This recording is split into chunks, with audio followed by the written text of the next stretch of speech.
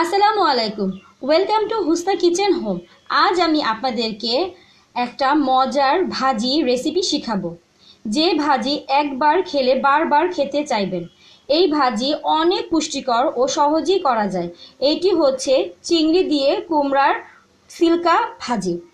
প্রথমে আমি কুমড়ার সিল্কাটাকে ভালো করে সেদ্ধ করে নিয়েছি।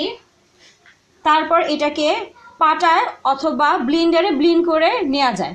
আপনারা যেটা যেটা করতে পারেন। আমি প্রথমে কড়াইটা এখানে গরম করতে দিয়েছি। আমার কড়াইটা গরম হয়ে গেছে। আমি এখন এর মধ্যে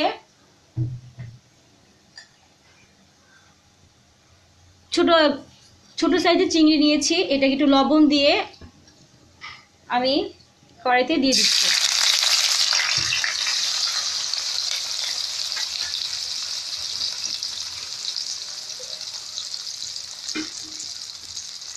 এখন এটাকে আমি একটু হালকা করে ভেজে নিব।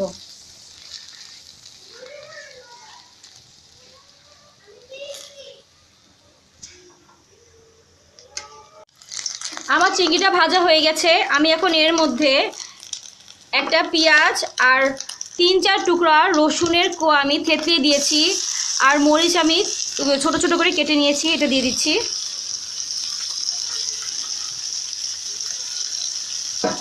এখন এটাকে আমি একটু হালকা হালকা ভাজা ভাজা করে নেব।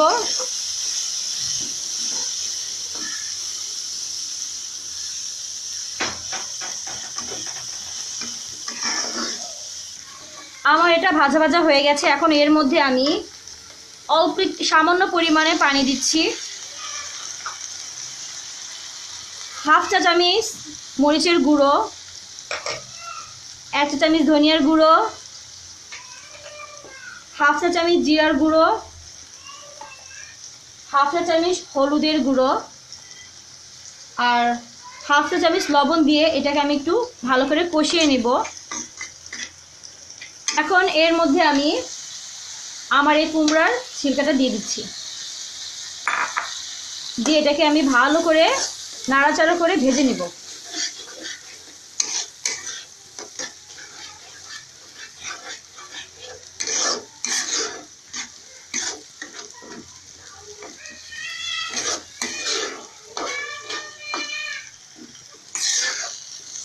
এখন এটাকে আমি ভালো করে নাড়াচাড়া করে ভেজে নিব।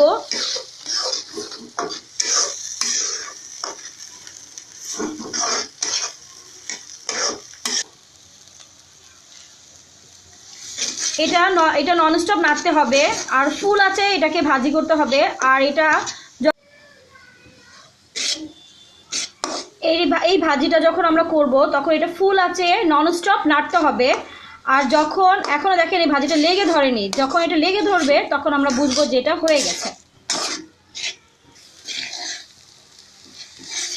আমার এটা হয়ে গেছে।